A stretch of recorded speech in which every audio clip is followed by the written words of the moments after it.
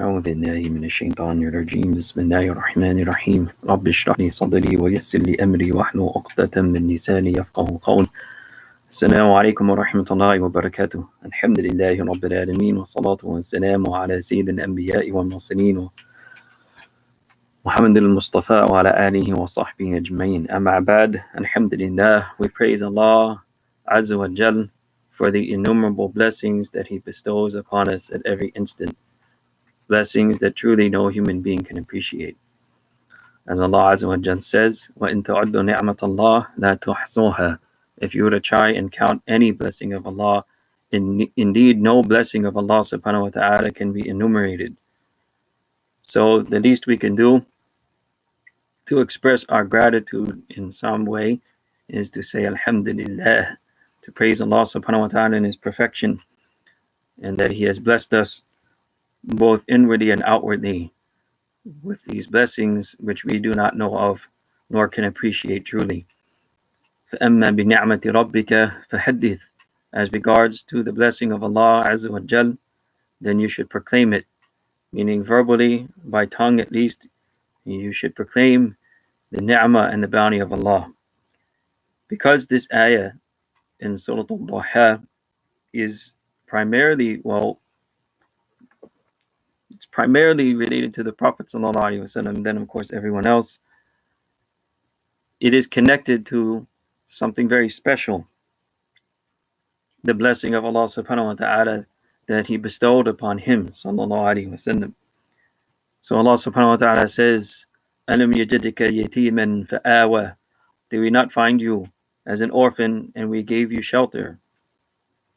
وَوَجَدَكَ ضَالًا فَهَدَى. Did we not find you astray and gave you guidance?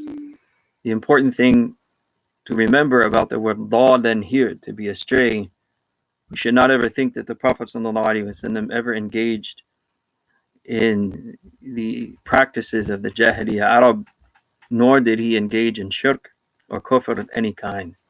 So what does this mean then? It means that he was not aware of the commandments of Allah Jalla Jalaluhu, that he had not been given detailed knowledge from Allah Azza wa Jal. And this is what is meant by being given guidance. In other words, nabuwah.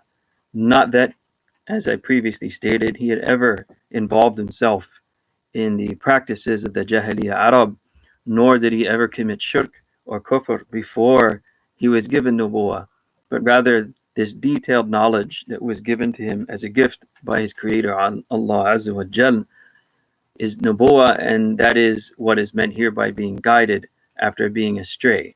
So he was not astray ever in terms of committing kufr or shirk or doing anything that the Jahiliyyah Arabs had done in their time, but he was not aware of the commandments of Allah.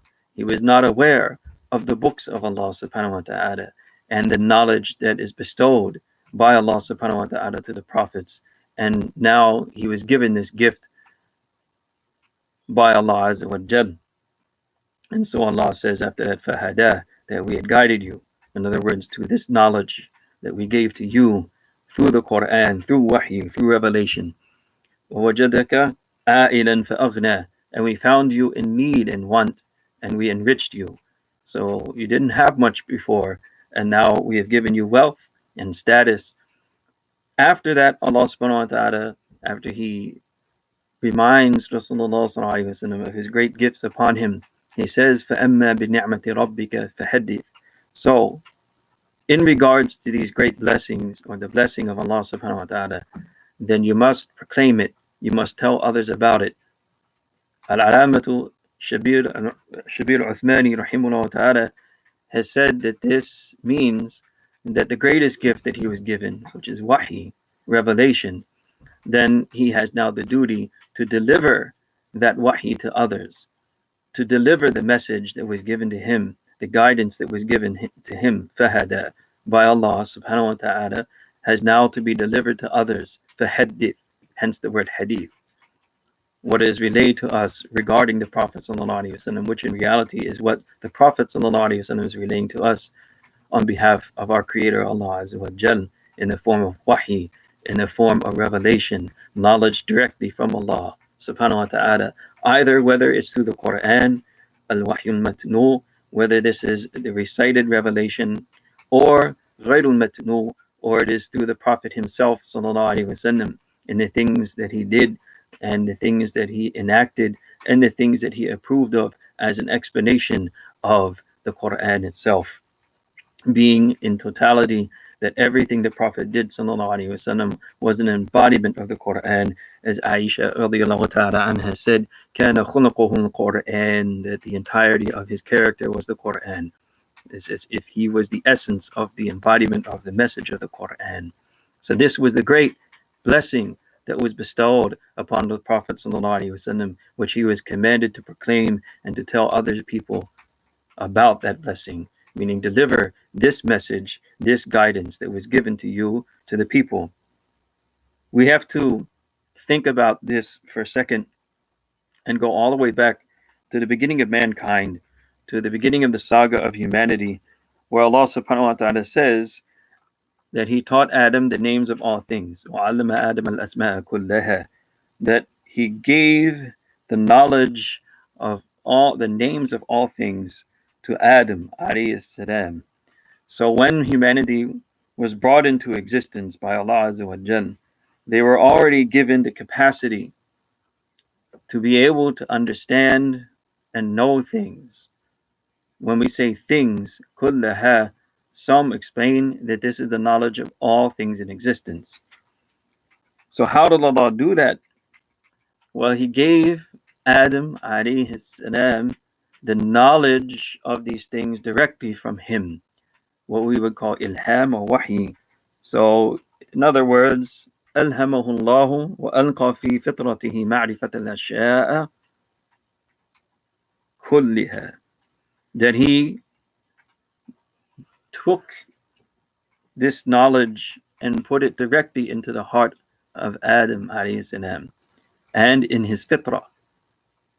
What that means is that human beings, being he is our father, in our fitrah, in our nature, our innate nature, we have the capacity to learn and understand things. But this was given to us from the very beginning. And it was given to us, the unique thing about us is that it was not given to us through the medium of anything but directly from Allah subhanahu wa ta'ala. That Allah subhanahu wa ta'ala inspired this knowledge. Alhamahu fi qalbihi. Yani he inspired this knowledge in his heart. He gave him the knowledge of all these things. And he taught him the names of all these things. This knowledge was given to him. It was extensive, to such an extent that, as I said, some people, some mufassirun and exegetes of the Quran, Abdullah ibn Abbas radiallahu ta'ala anhuma, the crown of all exegetes and the crown of all mufassirun, the pinnacle of our tafsir and understanding of the Quran, he said that he gave him the names of all things, meaning وهي هذه الأسماء التي يتعارف بها الناس. These are the names that people know amongst each other, no matter what culture, what language. The names of things like, for instance, different species. Insanun wa dabba, mankind, and every other creature. Dabba literally are creatures that instead of walking on two legs like we do, then they crawl on the earth. Wal-ard wal-bahr, that this is the earth and this is the ocean. And wasahlun wajabalun, that this is a plain, this is a valley or a plain, like in Illinois out there, flat land. Wajabal, and mountains. Wahimar wa ashbahu dharik, and this is a donkey, and so forth and so on.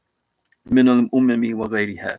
So in essence, again, what he's saying is that the names that were given to Adam are the names of each thing that we see in creation, that we can categorize. Nowadays we have things like species and so forth and so on. We categorize things and we give them names. That was the knowledge that was given to Adam alayhi salam by Allah directly.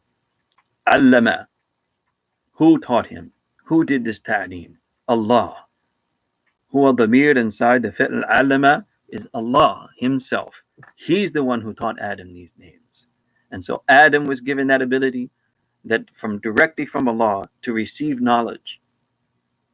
And then he told the Malaika also about the names of these things. So he received the knowledge from Allah and he taught others this knowledge that was given to him from Allah. And that's what made him special. Now we go to the Prophet sallallahu alaihi wasallam. We know that the prophets have ranks and they are not all the same. And the best of them, of course, is our beloved sallallahu alaihi wasallam. And we see that Allah subhanahu wa ta'ala has told him, first of all, that this is a ni'mah, that he gave him hidayah through the same medium of wahi, direct knowledge given to him by Allah subhanahu wa ta'ala. And then he was told to proclaim that ni'mah to others. In other words, take that knowledge and give it to others. Very similar. However, of course, the knowledge of Adam alayhi salam, even if he was taught the names of all things, al-asma'a kullaha, that the knowledge of the Prophet ﷺ had to be greater. And in fact, when Allah brags about his fadl and his grace upon the Prophet ﷺ, he uses the same type of words.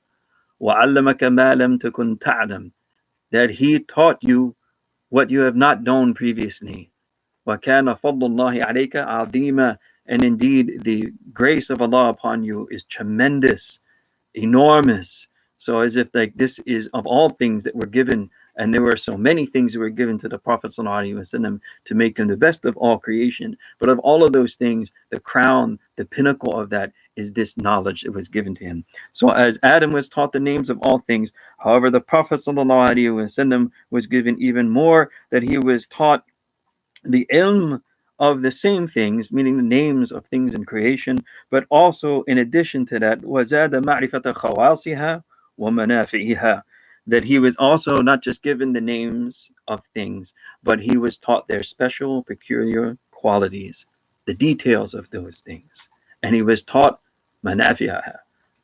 Okay, that he was taught also that what are the benefits of these things, and sometimes what are the harms of these things. So in great detail, he was taught in creation, what are these things? What are their functions? And which of these things cause us benefit and what causes us harm? And not even just things like horses and animals and species, even things like mankind's actions and deeds, much greater than that. And even mankind's states, their ahwal, the state of the heart, love and anger and typical human emotions. He was taught that of these things, which of these things are good for us, which of these things are bad for us. How do we have guidance to know that of all the things that we do, what are the things that we can hope for, not only benefiting us in this world, but a knowledge that no man can attain without being given that knowledge by Allah, but what we can hope for in the next world, what is called ajr and thawab. So that is the knowledge that was given to the Prophet ﷺ to an extent that was not given to any person before him or after him. And the embodiment of that knowledge is what we call the Quran. And also, of course, the Sunnah being his ways, his practice being the explanation of the Quran. So the Quran and Wahi is the sum total knowledge of what Allah gives to mankind that makes them superior to other beings, getting it directly from Allah, and which the Malaika couldn't even know. And then the sum total of that knowledge is given to the Prophet ﷺ. Every previous book, all the names that were given to Adam, and all the guidance that was in those books, it is now all brought together in one book in the Quran to one man, the Prophet ﷺ, and being superior to all others of knowledge that we have out there. It is literally, if Adam was taught the names of all things, and the Prophet ﷺ knew the functions of these things and their peculiar traits and specialities, then what does that mean? That knowledge is also contained in whatever the Prophet ﷺ gave to us through this wahi that was given to him, through the Quran and through his sunnah. These are the most precious gifts that we have been given. There is nothing more superior to it nor greater than it. And the knowledge that it contains also, nothing is more superior to it or greater than it. Tibyanan likulli shay, an explanation of all things.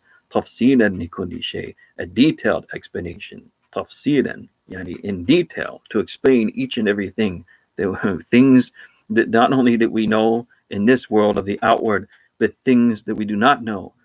Things of the ma'ad, when we will return to Allah subhanahu wa ta'ala, right? The different stages of existence that we will come through at some point of time, all of that is also taught to us through this wahi and through the Quran and through the Sunnah. It is the most precious gift that we have. It is the thing that we should celebrate the most. As Ibn Abbas anhuma also described the Prophet ﷺ in Ramadan as the most generous of any time. The time that he was the most generous was this time. So to the point that he was like rihum musara, like a wind that literally blew in all directions. A metaphor to explain that obviously that he used to spend in such a way his generosity that he never any stopped, and he would give to everyone. Why? Because he was celebrating this, the wahi and the revelation that was given to him, the Quran and the knowledge that was given to him by Allah subhanahu wa ta'ala, that is actually what Ramadan is all about. Fasting is of course the fourth component of it, but when it was mentioned that it is Shahr Ramadan alladhi unzila fihi al-Quran, that this is the month of Ramadan in which the Quran was revealed. So it is the month of Quran. It is the month that fasting helps us develop that connection to the understanding of the Quran, which is to have it, one must have a certain type of spiritual discipline, and no better way to do that than to fast, because fasting is a prescription. لَعَلَّكُمْ تَتَّقُونَ. It gives us that capacity to have taqwa, to be conscious of Allah and His limits, and to restrain ourselves so that we can be ready for the knowledge that is given to us by Allah through the Quran. And that was why the Prophet ﷺ celebrated this month, because it was a celebration of that knowledge, of that ni'mah. فَأَمَّا بِنِعْمَةِ رَبِّكَ فَحَدِّثْ, to express the gratitude of this great blessing. We as an ummah should also feel the same.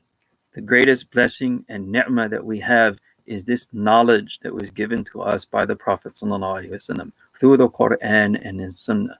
And anyone who participates or helps in the preservation and the propagation of that knowledge, they should be considered as our most outstanding and greatest, or you can say the most outstanding, I don't want to say citizens, that's not the right word, but they are the best of us, let's put it simply.